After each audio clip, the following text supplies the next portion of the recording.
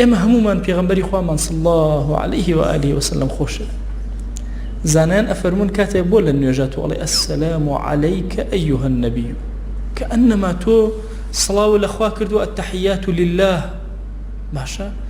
دوای ئەوە ڕاستەخۆ كأنما پێغەمبەری خوا صلی الله عليه وآله وسلم ئەوەندە نزیکە لە دڵتایە ڕوئەکەیتە دڵی خۆ دەڵێ السلام عليك أيها النبي ئەی ئەو کەسێک کە لە دڵمای سڵاوی خوات لێبێ ڕاستەخۆ سڵاوی لێک.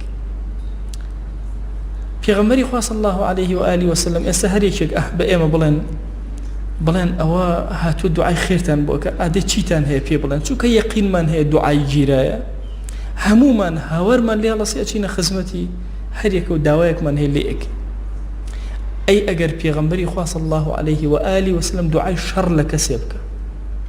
هەر هەمومانە بێ لەو دوعا شەڕ خۆمان پارێزی. والله هەندێک گوناه هەیە ئینسان ئەخاتە بەر لعنەتی زمانی پێغەمبەری خوا صلی الله عليه وآله وسلم. سبحان الله. يعني ئەم زمانە شیرینە جوانەی پێغەمبەری خوا صلی الله عليه وآله وسلم لعنەت لە تۆ بکە پێت بڵێ دووربی لە ڕەحمی خوا. ئێتە چۆن ژیانت ڕەحمی تێ ئەبێ و خۆشەویستی و ئارامی تێ ئەکەوێ. ئەفەرمێ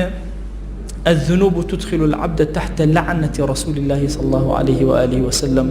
گوناها كان إنسان أخذ جل لعنتي پێغەمبەریان صلى الله عليه وآله وسلم. ئەفەرمێ پێغەمبەریان صلى الله تعالى عليه وآله وسلم لعنتي لزورك لگوناهکاران و عاصیەکان کردووە. لەوە ئەچێ هەندێک لەو ئەسیانە زۆر گەورەش نەبن بەڵام لعنەتی ئەوی بۆ هاتووە. هەرچەندە هەندێک لە زانایان وەکو ئیمامی ذەهەبی ئەفەرمون هەر گوناهێ لعنەتی لەگەڵا هات ئەوە گوناهی کەبیرێ. لە فەرمایشتەکانی پێغەمبەری خوا صلی الله عليه وآله وسلم هەر گوناهێک لعنەتی لەگەڵا بوو شەی لعنەت چکە دوور بێ لە ڕەحمی خوا ئەفەرمون ئەمە گەورەیە. بەڵام ئیبن القەیم ڕەئی ئەوها نییە ئەفەرمێ هەندێک لە گوناهەکان بچووکیشن بەڵام پێغەمبەریان صلی الله عليه وآله وسلم لعنەتی لێ کردوون. یەکێک لەوانە ئەفەرمێ پێغەمبەریان صلی الله عليه وآله وسلم لعنەتی کردو لەو کەسەی ڕیبا ئەخوا ڕەو کەسەی ئەبێتە وەکیلی ئەو کەسەی کە ئینوسی ئەو کەسەی ئەبێتە شاهیدی ئەو کەسەی ئەبێتە کەفیلی هەموو ئەوانە لعنەتی لێ کردوون. کەوابوو تۆ بەهۆی ئەم گوناهەوە کە ئەیکەی دوور ئەبی لە ڕەحمی خوا بە دوعای پێغەمبەری خوا صلی الله عليه وآله وسلم. لعنەتی کردووە لە دز لعنەتی کردووە لەو کەسەی کە مەسەلەی جاژ لە مەسەلەی زەواجە محلل و محلل له هەردووکیان لعنەتی لێ کردوون. واتە ئەو پیاوەی کە بە غەرەزی حەڵالکردنەوەی ئافرەتێک بۆ پیاوێکی تر ئافرەتێک نیکاح کات و تەلاقی ئەدا. لعنەتی کردووە لەو کەسەی کەوە عارەق خواتەوە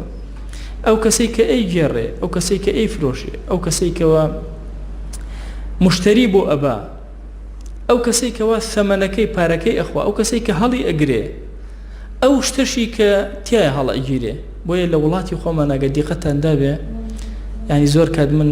گەنج و شتیوە پرسیارم لێ ئەکەن ئەڵێن ماوەسا کەسێک هات نەمانزانی کە عارەقی پێ هاتە ناو سیارەکەمان چی بکەین لە سیارەکەمان بۆی سیارەکەمان پاک بێتەوە. ئەوە کارەکەی ئەو فەرمایشتەی پێغەمبەریانە صلی الله عليه وآله وسلم کە بە هیچ شێوازە تۆ نابێ هاوکاری کەسێکی عارەخۆر بکەی یان کەسێکی تلیاکی فەرق ناکە کەسێکی حەشیشە خۆر کەسێک کە حەشیشە ئەهێنێ و ئەبا. ئێمە لە مەسەلەی عارەقەوە هەومان ئەو ترس و ئەو هینە هەیە بەڵام هەندێک جار تەساهول ئەکرێت لە مادە هۆشبەرەکانە ئەبێ کەسی موسڵمان گەنجی موسڵمان زۆر چاوی کرابێتەوە تاریکی بۆ دڵی نەهێنێ بەهۆی ئەم گوناهەوە لعنەتی پێغەمبەری خوا صلی الله عليه وسلم بەسەر خۆیان نەهێنێ. هەروەها لعنەتی کردووە لعن الله من غير منار الأرض. خوا لعنەتی کردووە لەو کەسەی کەوە خۆی کە پێغەمبەریان صلی الله عليه وآله وسلم فەرمێ لعن الله يعني خوا لعنەتی کردووە يعني بەلعنەت بێ ئەو کەسەی کەوە خەریتەی زەوی ئەگۆڕێ غير منار الأرض. ئەمە مڵکی خۆیەتی یەک تۆز دیوارەکەی ئەباتە ئەولاتر سەر مڵکی گشتی سەر مڵکی تایبەت یان ئەمە ئەگەر گەورەترکی ئەم فەرمایشتە باشە دەوڵەتێ بۆ دەوڵەتێتر کاتێک کە زوڵمی لێ ئەکا وڵاتێ بۆ وڵاتێکی تر تەغییری مەناری زەوی هەندێک ئەفەرمون مەنار لە خەریتەی زەوی گەورەترە لەوە گەورەترە کە ئێمە خۆمان هێڵەکانمان کێشا بێ ئەو کەسێکەوە ئەوێ جغرافیای زەوی بگۆڕێ لعنەتی پێغەمبەری خوا صلی الله عليه وآله وسلم بەر ئەکەوێ. ئیتر علەمەکەی ئەگۆڕێ حدودەکەی ئەگۆڕێ هەر شێوازەی لە شێوازەکان کە گۆڕانکاری بەسرایە لعنەتی کردو پێغەمبەریان صلی الله عليه و آله وسلم لەو کەسێک کە لعنەت لە دایک و باوکی ئەکا سبحان الله لەناو مشرکینی قوڕەیشە دیقەت بدەن کەسێک نەبووە گوێن بە دایک و باوکی بدات تەسەوورەکەن بۆیە ڕۆژێ پێغەمبەری خوا صلی الله عليه وسلم فەرمووی نهی کرد لەوەی کە ئینسان گوێن بدا بە باوکی وتیان ئەوە یەسوب الرەجل ئەباه ئەی هاوار پیا و چۆن گوێن بە باوکی خۆی ئەدا فەرمووی نانە ئەوە گوێنی پێ نادا ئەم گوێن بە باوکی خەڵکی گوێن بە باوکی ئەدا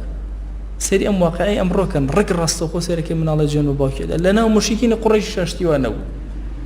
مناڵە بەرامبەر بە باوکی بەرامبەر بە دایکی بۆسێتەوە جوێنێکی پێ بدا قسەیەکی پێ فلا تقل لهما أف هەر ئۆفێ نەکەی بەرامبەریان چ جای ئەوەی ئینسان دەنگ بەرزکاتەوە یا قسەیەکی هەڵا بەرامبەریان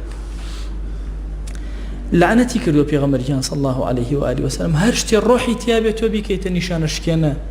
نەبوو ئیسفادە سەری بڕی بیخۆیت نە هەر بۆ نیشانەشکێنە شتێکی زیندوو وەلەو مێرولەیەکیش بێ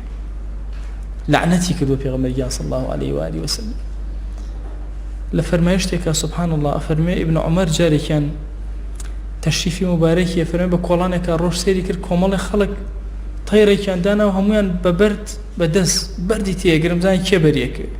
زۆر تووڕە بخۆیە بەردەکان فەرمووی ئەترسم ئێستا غەزەبی خوا بەسەرتانە دا ببارێ لعنەتی خوا بەسەرتانە دا ببارێ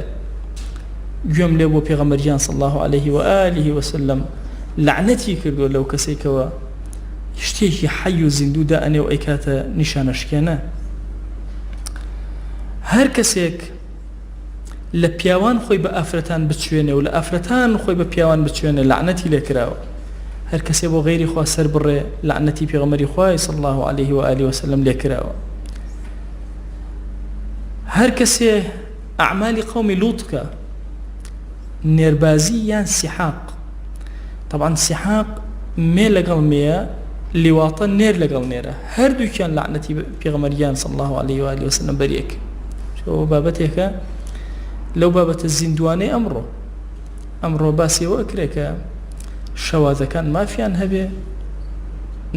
یا با بڵێم بێ تەبیعەتەکان ئەوان مەسەلەن باسی مافیان بۆ ئەکرێت یعنی تۆ وەرە چ زەمنێکە تێکەوتوین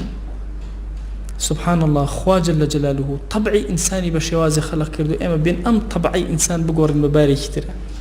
بۆیە لعنەتی بەرکەوتووە ابن القیم لە کتێبەکە ئەفەرمێ ئەو کەسی کاری لیواتە ئەکا ئیلا عاقبەتی شەڕ بێ سبحان الله ئەیتە طبعا کاری لیواتە لە بینی دوو نێر یا نێرێک لەگەڵ مەیەکە لە دواوە یا تەنانەت خێزانی خۆی لە فەرمایشتێکە ابن القیم ئەفەرمێ ئەو کەسێکەوە لە دواوە ئەچێتە لای خێزانی ئەفەرمێ نێوچەوانی ڕەش ئەبێ عاقبەتیشی ئیلا بە ئیمانەوە نابێت بۆی لە کوردەواری خۆمانە لەبەرەوەی ئەم کەسە لە طبعی ئینسانیت دەرەچویان و هەر تەلاقی ئەکەوێ کابرا تەوانەوە وەها نییە کە تەلاقی بکەوێ بەڵام بۆچی ئاوا ئەوترا چونکە ئەم مرۆڤە لە مرۆڤایەتی دەرەچێت کە لە مرۆڤایەتی دەرس و تەلاقی ئەکەوێ لعنەتی کردووە لەو کەسەی گوێن بە دایک و باوکی بدا لعنەتی کردووە لەو کەسێکەوە لەگەڵ ئاژەڵێکا جوود ببێ لعنەتی کردووە لەو کەسێکەوە بە ئاگر ئاژەڵێ داخ بکات لعنەتی کردووە لەو کەسێکەوە زەرر لە موسڵمانێ بدا یا فێڵی لێ بکە لعنەتی کردووە لەو کەسانێکەوە بەسەر قەبرەکانیانەوە گوڵۆپ و چرادا ئەیگرسێنن لعنەتی کردووە لەو پیاوەی کە ژنی کەسێکی تر هەڵ ئەگێڕێتەوە بۆ خۆی لعنەتی کردووە لەو ئافرەتەی کە هەتا بەیان پیاوەکە عاجز ئەکات و لەگەڵ یا سەرجەیی ناکە لعنەتی کردووە ئەو کەسێکەوە نیسبەت بۆ لای خەیری باوکی خۆی بدرێ بزانە باوکی کێیە بەنای باوکی خۆیەوە بانگیکە لعنەتی کردووە لەو کەسەی گوێن بە سەحابە ئەدا ڕەزا و ڕەحمەتی خۆیان لێ أفرمي الله في أصحابي يعني اتقوا الله في أصحابي آقات النبي لخوه بترسن لأصحابي منه فمن أبغضهم فببغض أبغضهم. سبحان الله. فرمي هركز رقي لأصحاب بهوي منه ورقي لي أنا رقي لم نبوي رقي لو أنا. فمن أحبهم فبحبي أحبهم. هركز خوشي بين بهوي خوشي يسيمني شو أصحابي خوشي بوي أو كسانك طعن أدن لأصحاب طعن أدن لسيدنا أبو هريرة ببيع علم بجاهلي طعن أدن لهريك لأصحاب. طبعا أهل السنة باكترين كوم الله سرزويا يك صحابني إما رقم اللي أبد يك بيغمبرني إما نما نوبة بيغمبري خوماني عليه الصلاة والسلام نزن هميان بوي تاك فكريك بتوانا قشقير لقل أمتا بجي وقشقير لقل ميجوي مروفاتي بجي تنهى أهل السنة وجماعته لأمتي بيغمبري خواه صلى الله عليه وآله وسلم. لعنتي كردو لو كسيك وشمشيركي تفنقكي ربكات خلق دي ورا أم قناهانيك عرزم كردن هاريك لم قناهانا دياني تريش ورا إنسان يكي لم قناهانا بينيتو جيبجيكيتو سوريش بزاني بيغمبري خواه صلى الله عليه وآله وسلم لعنتي ونادي بيوتوي دوربي للرحمي خواه أو زمان باك شيريني كوا هلناكا أو زمان باك شيريني ك براسي تمني أو أكين دعائك خير ما مبكات